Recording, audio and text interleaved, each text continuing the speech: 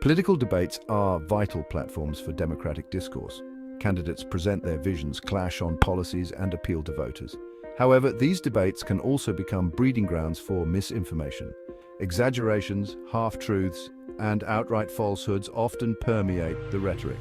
In this context, fact-checking emerges as a critical tool for holding candidates accountable and ensuring a well-informed electorate.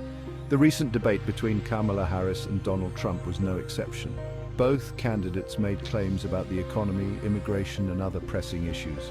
These claims demand scrutiny to separate fact from fiction and provide voters with a clearer understanding of the issues at stake.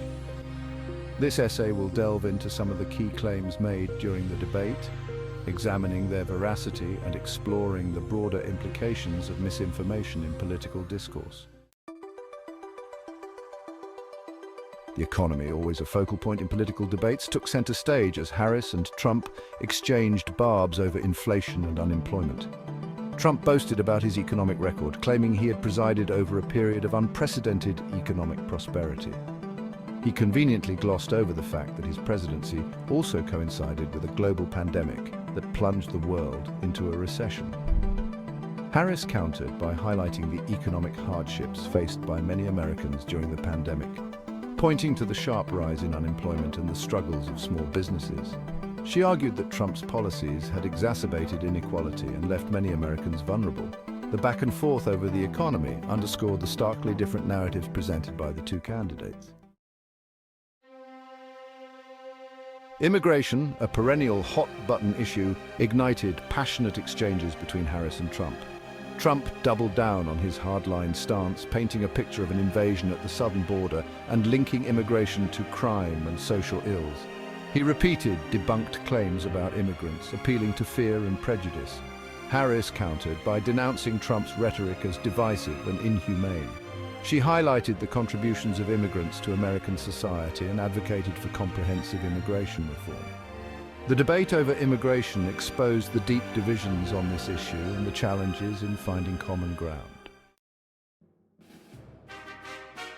Section 4. The specter of misinformation. The Harris-Trump debate, like many political debates, was marred by misinformation. Both candidates made statements that were misleading, exaggerated, or demonstrably false. Trump, in particular, has a well-documented history of making false statements, and this debate was no exception.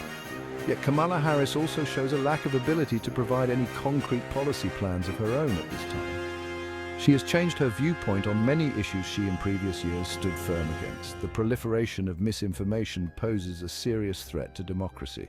When voters are bombarded with falsehoods, it becomes difficult to discern truth from fiction. This can lead to cynicism, apathy, and a decline in trust in institutions. It is essential for voters to be critical consumers of information and to verify claims made by politicians.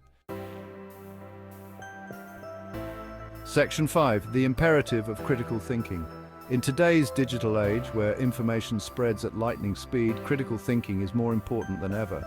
Voters cannot simply accept claims at face value regardless of the source. They must be willing to question, to verify, and to think for themselves. Critical thinking involves evaluating information objectively, considering different perspectives, and being wary of biases. It requires a healthy dose of skepticism and a willingness to change one's mind in the face of evidence. Section 6. A call for media literacy. Media literacy is another crucial skill for navigating the complexities of the digital age. With the rise of social media and the decline of traditional journalism, it can be difficult to discern credible sources of information from unreliable ones. Media literacy involves understanding how media messages are created, produced, and disseminated. It requires being aware of biases, both conscious and unconscious, that can shape news coverage. Media literacy empowers individuals to be discerning consumers of information and to make informed decisions.